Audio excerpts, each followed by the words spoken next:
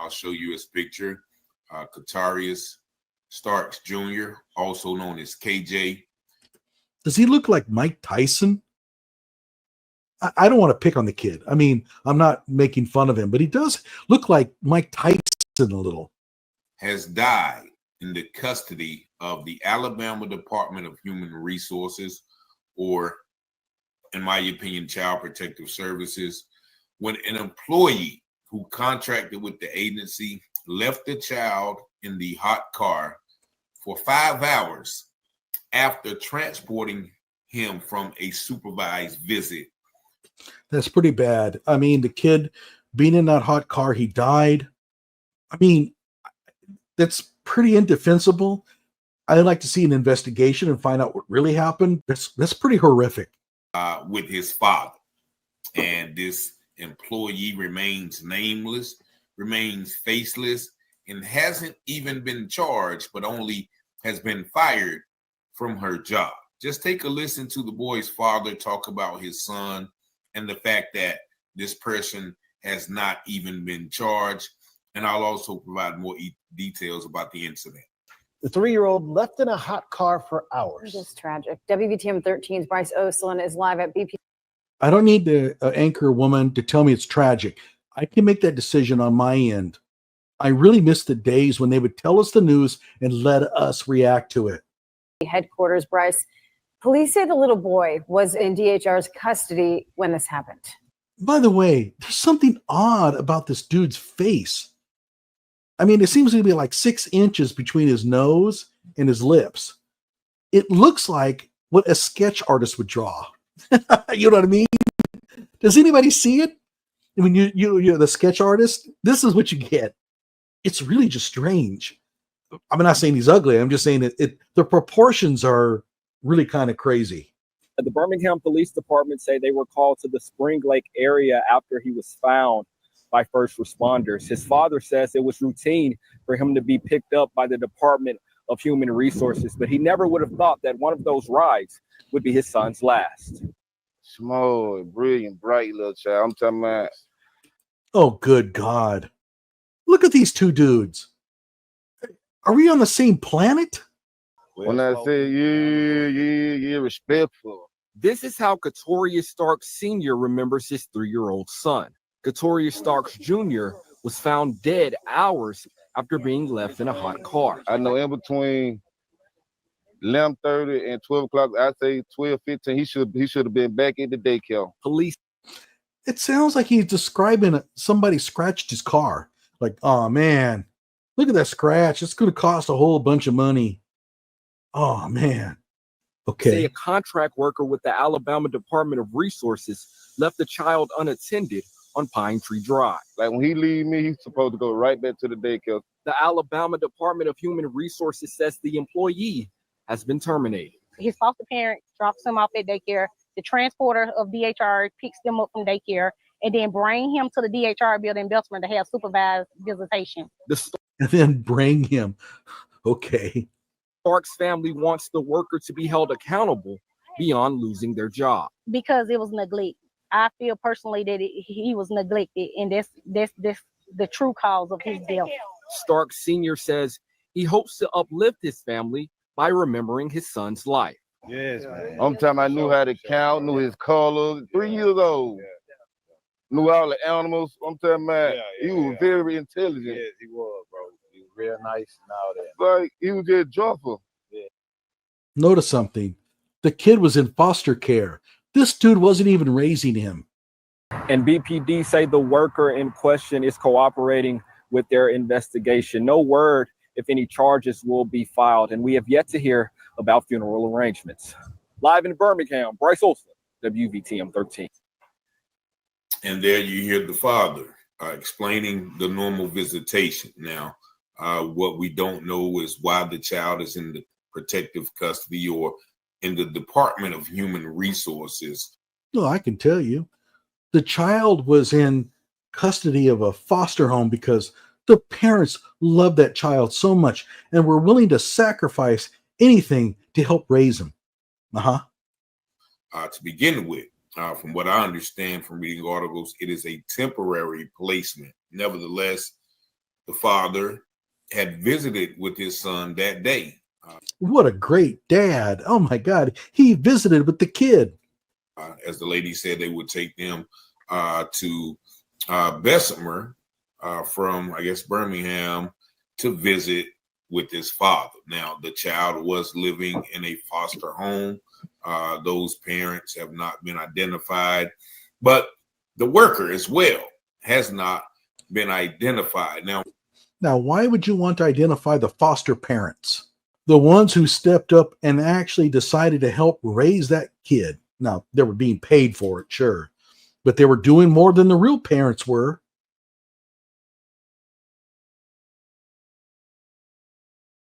One article gives a little more details about this worker. This worker was reportedly an employee for Covenant Services, and that is a transportation company which transports children. They partner, or basically they get paid by those agencies to pick and transport children. Basically, it's just a kind of money scam. The whole foster care, child protective services is nothing but a money scam. But you're right. That whole foster care thing is a scam. Can you believe that we pay people to transport those kids from one place to another? Why aren't they doing that for free? It's a scam. Jeez. You know, if it's a scam, I know how we can foil the plot. How about raising your kids? You know, why do we need foster parents? We shouldn't need them at all. Why do we need child protective services? It's because parents aren't doing their job. Maybe if you raised your kids, you could foil the evil plot. This article says that an affiliated worker, DHR affiliated worker, they won't take full responsibility though, employed through the Covenant Services, picked up KJ from daycare at 9 a.m. for a supervisor. Of course, they're not going to take full responsibility. They contracted with a company to transport the kid. That company picked up the kid, and the kid died during transport. The agency is not totally responsible for what happened. I mean, I agree with the agency on that. Visit with his biological father. After the visit ended around 11:30 a.m., the worker stopped to pick up food for her family and shop at a tobacco store. Oh no. She stopped at a tobacco store. Oh wait, this is great. And I am going to stop it right there because that's pretty much all we need to see. This lady stopped at a tobacco store. Now, I can only assume and speculate.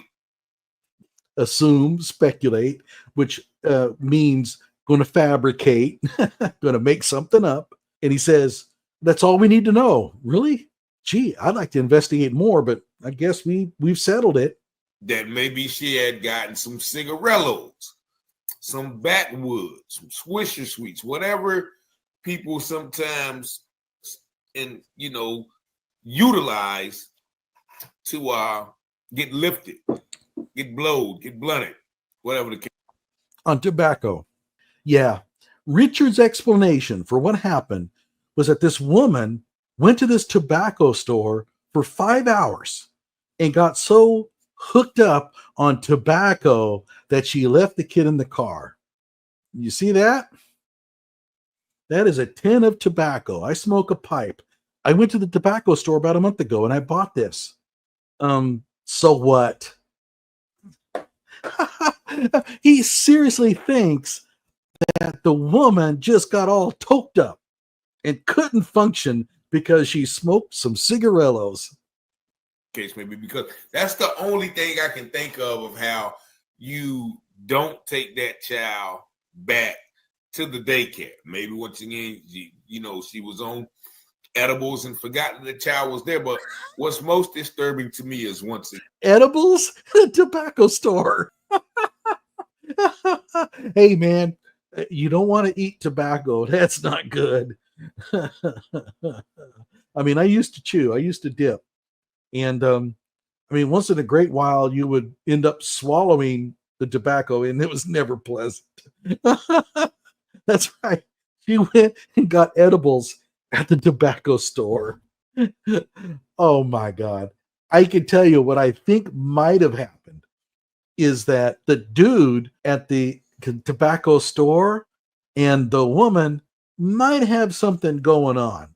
And maybe she stopped at the tobacco store for other things other than tobacco. But you know what? I don't know. I mean, that could have happened, but it's pure conjecture. And I would like to investigate to find out. I'm not going to make stuff up. Again, that there has been no charges levied against this individual. Losing your job after leaving a child that wasn't supposed to be in your care. The child, as the father stated, was supposed to be back at the daycare during that time. So why is the child even at your house? Why are you transporting a child, handling also personal responsibilities? That's definitely a conflict of interest. But this speaks to a personal responsibility. Where is the personal responsibility in having a foster family taking care of your kids? Greater problem with, once again, this whole foster care, CPS, Child Protective Service industry that is rife with that kind of abuse. Because once again, he's a 3-year-old black child. And once again, I don't know the identity, the racial makeup of these of the foster family or the transporter. You know, it's in Alabama. It's a social worker, not even a social worker. It's a low-level paid person to go and transport a kid, you know, from one place to another. There's a very good chance that this person is black. Okay? I mean, maybe, maybe not. But if the person turns out to be black, what do you think Richard's going to do? Do you think he's going to go on his channel and say, look, everybody, it turns out that the person that is involved in the child's death is a black person? Hell no. He'll bury it. You'll never hear any more about this story. Now, if the person's white, oh God, he's going to be all over it. But, you know, we've seen throughout history that, you know, black children are, you know, not as valued as other children. So I can only imagine that, you know, this person put their own personal needs, wants, or desires above the welfare of that child, leaving him in the car for 5 hours.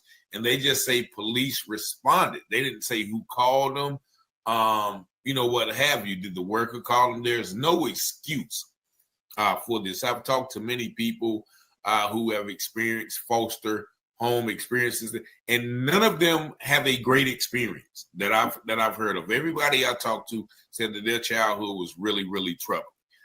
That's right. The reason why is, number one, the foster kid is not one of your own. So you didn't raise the kid, and therefore you don't have the strong emotional attachment to that child. Number two, foster children tend to get into a lot of trouble. Okay? So there's always going to be really tough family dynamics involved. And I know something about the foster system. I wrote grants for it. I know the struggles. I know what they go through. It's hard. You know, you bring in some foster kids into your neighborhood. The neighbors get on you because, I mean, why are you bringing these kids in to our neighborhood? They're nothing but trouble. I get it. Okay? It's hard. The idea that the foster parents are not necessarily great parents. Well, guess what? They're better than the ones that gave you up. Right? What happened to the real parents? Would you rather go back to them? Well, you can't. They're in jail, or they're strung out on drugs, or one is beating the hell out of the other. Let's face it, that kid was put into foster care because the real parents were irresponsible. They didn't care about that kid.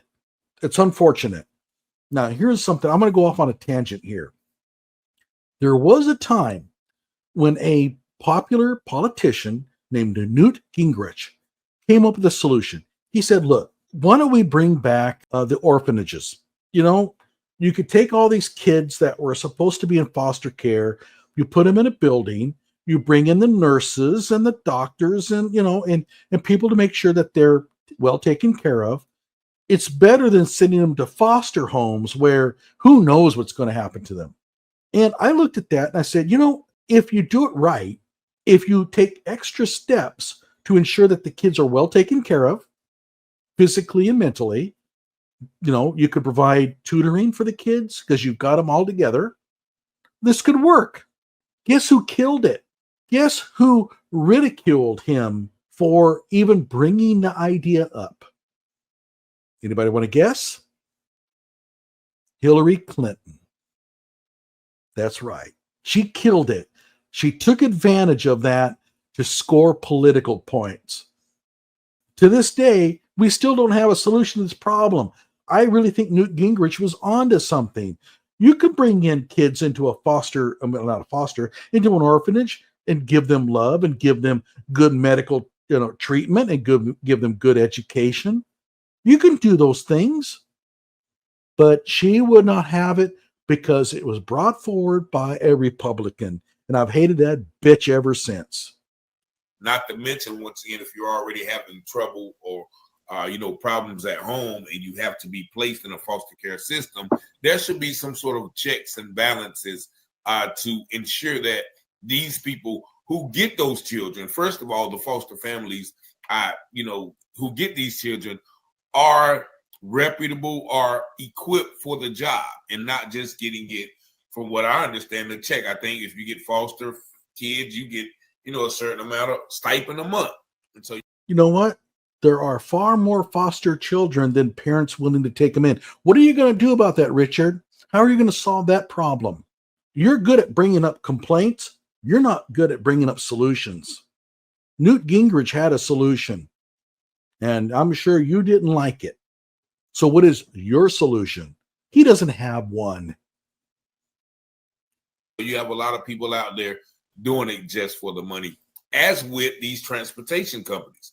These transportation companies don't necessarily have a heart for these. They said they are a contract worker. That means they have contracting with this agency, the Department of Human Resources, gets money to contract to pay agencies to perform some of their services. So dude, yes, there are companies that say, hey, we know that you have a need. You need to get the foster children from one place to another. We can do that. Well, we're not going to do it for free. Of course they're going to get paid. You little Marxist shit. Nobody works for free, man. And I do not excuse the Department of Human Resources in KJ's death, because they are solely responsible as well. They contracted with this company, so they should not pass the buck on this employee. Everybody should be held liable for that young man's death because. No, I disagree. You go after those who are to blame, not responsible, to blame. That child died because somebody made a mistake. Maybe it was the person transporting. Seems likely. Or maybe it was somebody else. But you go after the person that did it, that was to blame. This whole idea that, well, the Department of Human Resources, Department of Public, or whatever agency it was, well, they're responsible too. Did the right thing. They gave the kid over to a company that was contracted to do this job, and the company made a mistake, did something tragic. It's not the department's fault. Go after those who are to blame for the mistake. Don't go after everyone just because they're technically responsible.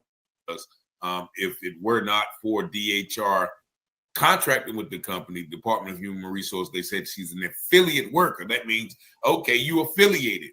And if she's affiliated with you, then you are affiliated with her. So I don't know why they are not under scrutiny as well. Just this nameless, faceless person who left this child in there to pass. And they said it was like 108-degree weather, and it felt like 150 in that car. So you can just imagine the amount of suffering that young KJ had to go through. So hopefully this person will definitely be brought up on charges. And if they are not, if their identity is not released, and I'll come back and correct this if I am wrong, but if not, I will just automatically assume that this person may have been a white person. Because there you go. I know some of you in the chat were wondering, when's he going to make it about race? Well, he just did. If they don't tell us who it is, well, we can assume it's white, so we can use this as an example of white brutality. In all honesty, I think there's about a 60% chance that the person is black. And I don't care. It doesn't matter. Somebody goofed up. He went into a tobacco store. And by the way, I don't know if the tobacco store, if that was the end of it. I mean, maybe she went someplace else afterwards. Who knows? I don't know the facts involved. But whatever the case, somebody made a tragic mistake. They didn't do it on purpose. That's what most of the commenters in his little YouTube channel think. This was done on purpose. No, nobody did it on purpose, but somebody was irresponsible. Somebody is to blame. And I don't care what their color is, but he does. And he gets to say that, well, if we never find out, then we get to assume it was a white person. And then we can crow on about how the white person, some white person killed a little young black boy. I mean, that's how they operate. That's what they do. They just assume, and then it becomes a fact. I don't know if we have much on this anymore. Hang on. We'll just go ahead and finish this off. They are not held accountable. In these situations, they're calling it an accident, a tragic mistake. So, we'll definitely look into this more. But once again, rest in peace to Katarius. KJ Starks. Condolences to the family. You see the father. He looked just like his father, just a light-skinned version, but he definitely looks like his father. That was. Oh, dude, why are you insulting the poor kid? He's died. And you're saying he looks just like his father. I mean, come on, man. Lighten up a little. Give the kid something. And he looks like a light-skinned version of his dad. Be careful. If he's too light-skinned, then you won't care about him anymore. It's tragic, okay? He's a young boy. He didn't deserve to die in the back of that car. And I agree with Richard on one thing. It must have been pretty horrible being in the back of that car with those rising temperatures. I get it. And somebody blew it. Somebody made a tragic mistake. No, I'm sorry. No, not a mistake.